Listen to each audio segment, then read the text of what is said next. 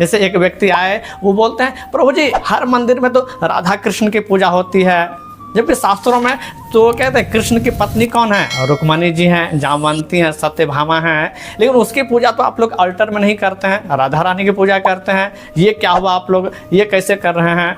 तो इस प्रकार से बहुत सारे बातें हैं, उत्सुकता होती है जानने के लिए जो ऐसा क्यों है, क्या है राधा रानी का महत्व, कौन है ये राधा रानी, क्यों इसकी हर जगह जो है पूजा होती है, और क्यों प्रभुपाद जो है जितने भी मंदिर बनवाए उसमें राधा रानी प्रोमिनेंट हैं, राधा रानी की हर जगह जो है पूजा होती है। तो आज हम जो है राधा रानी के इन तत्वों के बारे में चर्चा करेंगे और जानने का शास्त्रों से प्रयास करेंगे, जो शास्त्रों में क्या लिखा है राधा रानी के बारे में। गर्ग संहिता पढ़ेंगे तो इसमें बहुत ही अच्छे से चर्चा है, जो राधा रानी हैं कौन, किस प्रकार से उसका प्राकट हुआ है, और क्यों जो है उनकी हर जगह पूजा होती है।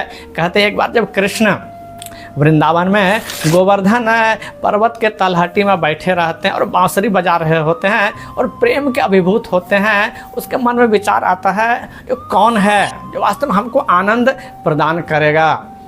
तो इस प्रकार से जब गहरी तन्मयता में कृष्ण रहते हैं तो वहीं यमुना मैया जो हैं बहती हैं। पहले यमुना मैया जो हैं गोवर्धन तक बहती थी, तो वो जब अपनी परछाई देखते हैं किसमें, यमुना नदी में, तो उनको अपनी परछाई नहीं देख करके एक स्त्री की परछाई देखती हैं, और जब देखते हैं तो उसके वाम अंग से, वाम भाग से एक स्त्री प्रकट होती है जिसका नाम क्या रहता है, राधा रानी। और राधा रानी का नाम भी बहुत अद्भुत है। ये कैसे पड़ा बताते हैं, रा प्लस धा, राधा, राम इस राग, प्रेम का गहरा गाढ़ा जो है वो है प्रतिमूर्ति राग। तो राग से जो है वास्तव में राधा रानी का प्रेम की प्रतिमूर्ति है, आनंद प्रदान करने के लिए आती हैं, और धावती यानी कि वो बेचैन है, वो चंचला है, जो किस प्रकार से हम जो है कृष्ण के जो है वास्तव में सेवा करेंगे। तो इस प्रकार से राधा रानी प्रकट होती हैं, और किसके लिए, कृष्ण की सेवा करने के लिए। दोनों भगवान हैं, दोनों अलग अलग नहीं हैं। राधा और कृष्ण दो ही नहीं, अन्य दोनों अन्य नहीं हैं, एक ही हैं। एक हैं सेव्य भगवान, एक हैं सेवक भगवान। भगवान कृष्ण की हम लोग आराधना करते हैं, पूजा करते हैं, वो सेव्य हैं, और राधा रानी भी भगवान हैं। वो कैसे हैं भगवान, तो वो सेवा करते हैं किसके, कृष्ण की। तो इस प्रकार से राधा रानी का प्राकट्य हुआ, किसके लिए, भगवान कृष्ण के लिए, आनंद प्रदान करने के लिए। इसीलिए इसको आह्लादनी शक्ति कहा गया है। और उसी समय उनके दाहिने भाग से जो है बलराम जी का प्राकट्य होता है, और कृष्ण बलराम जी को कहते हैं जो तुम जाओ और सृष्टि करो। इस प्रकार से बलराम जी से जितने अवतार हैं आप देख रहे होते हैं कि चाहे विष्णु हो या शिव हो या जितने देवी देवताएं हैं, इस प्रकार से जो है सृष्टि का विस्तार होता है बलराम जी से। और उसी प्रकार से भगवान को और आनंद प्रदान करने के लिए, भगवान को और आह्लाद आनंद प्रदान करने के लिए राधा रानी से ही जितने भी गोपियां हैं वो प्रकट होती हैं। अष्ट गोपी, उसके लाखों गोपियां वो प्रकट होती हैं। और फिर लक्ष्मी जी, जिनको कह रहे कि रुक्मणी जी कौन हैं, सत्यभामा कौन हैं, और जितने भी रानियां हैं वो कौन हैं, वो वास्तव में राधा रानी से ही प्रकट होती हैं। किस लिए, भगवान को आनंद देने के लिए।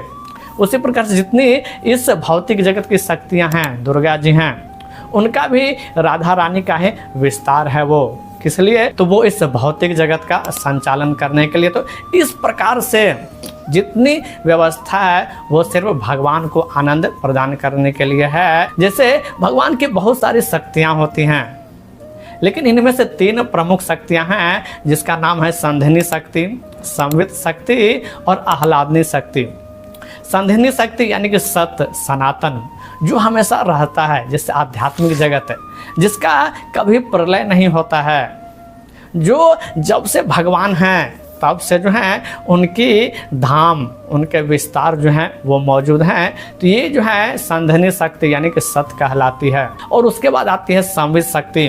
भगवान का प्रभाव जो है, वो जो भगवान के पास ज्ञान, अतुलनीय ज्ञान है वेदों का, ये सब जो आते हैं वास्तव में ये सब जो है संवित शक्ति कहलाती है। और फिर आती है आह्लादनी शक्ति, जो कि भगवान को आनंदित करती हैं, उनकी खुशी के लिए सेवा करती हैं, ये आह्लादनी शक्ति कहलाती है। इस प्रकार से भगवान की असंख्य अनगिनत शक्तियां हैं, लेकिन इन 3 प्रमुख शक्तियों के द्वारा भगवान जो है संपूर्ण सृष्टि का विस्तार करने के साथ ही सत्य चित आनंद के रूप में जो है भगवान विराजते हैं। तो इसी कारण से राधा और कृष्ण कौन हैं?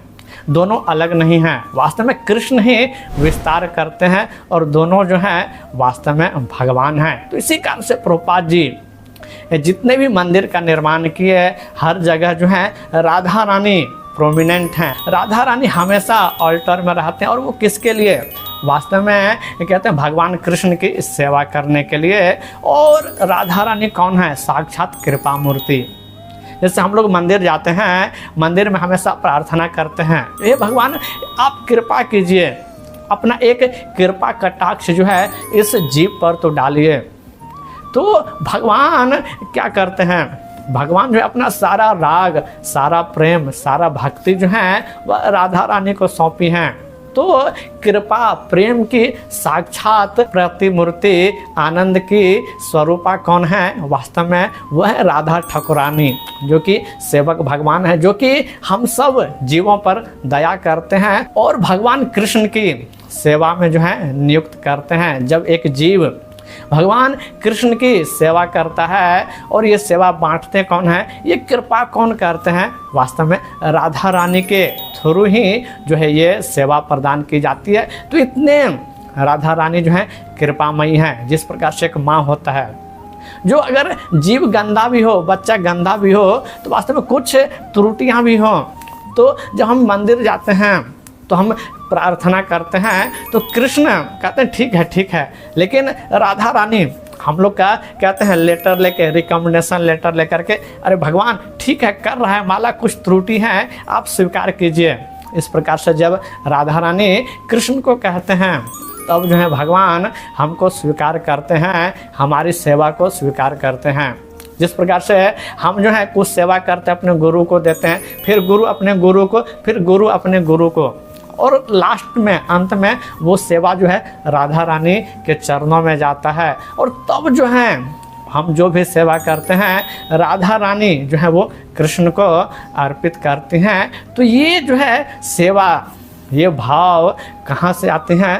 राधा रानी से आते हैं। इसी कारण से राधा रानी जो है वो आदि शक्ति हैं भगवान की, और भगवान कृष्ण और राधा रानी में कोई भेद नहीं है, दोनों एक ही कहते हैं, लेकिन 2 तन में बट गए हैं, बस ये दर्शाने के लिए, जो भगवान को आनंद प्रदान करने के लिए। तो ये राधा रानी हैं। और खास करके जिस कलयुग में हम लोग रह रहे हैं, वो वास्तव में बहुत ही दुर्लभ कलयुग है। हर कलयुग में भगवान कृष्ण और राधा रानी नहीं आती हैं, लेकिन इस कलयुग की ये खास बात है, इतना दुर्लभ ये युग है जो भगवान कृष्ण और राधा रानी दोनों इस कलयुग में भगवान चैतन्य महाप्रभु जी के रूप में जो है आते हैं। और जब चैतन्य महाप्रभु जी के रूप में आते हैं, तो उसके साथ साथ उसके जितनी कहते हैं गोप सखी हैं, अष्ट सखी हैं, वो सब भी आते हैं। तो जब पुरुष रूप में आते हैं, कौन? राधा और कृष्ण चैतन्य महाप्रभु जी के रूप में, तो वो सब भी जो है अपना पुरुष रूप में आते हैं। आध्यात्मिक जगत में जब भगवान की सेवा कौन करते हैं? राधा रानी।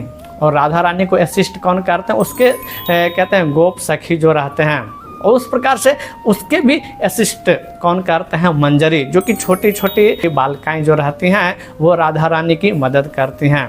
तो वही मंजरी जो है इस कहते हैं कलयुग में जो है गोस्वामी बन के आते हैं, और भगवान चैतन्य महाप्रभु जी की सेवा करने के लिए, उसको आनंद प्रदान करने के लिए, उसकी आज्ञा का पालन करने के लिए जो है जितने हैं सब आते हैं। तो इतना दुर्लभ ये कलयुग है। और चैतन्य महाप्रभु जी इस युग में यानी स्वयं राधा रानी क्या वितरित करने आए हैं? महामंत्र, जो किस प्रकार हम भगवान की सेवा कर सकते हैं। और वो महामंत्र है हरे कृष्णा कृष्णा कृष्णा हरे हरे, हरे राम राम राम हरे हरे।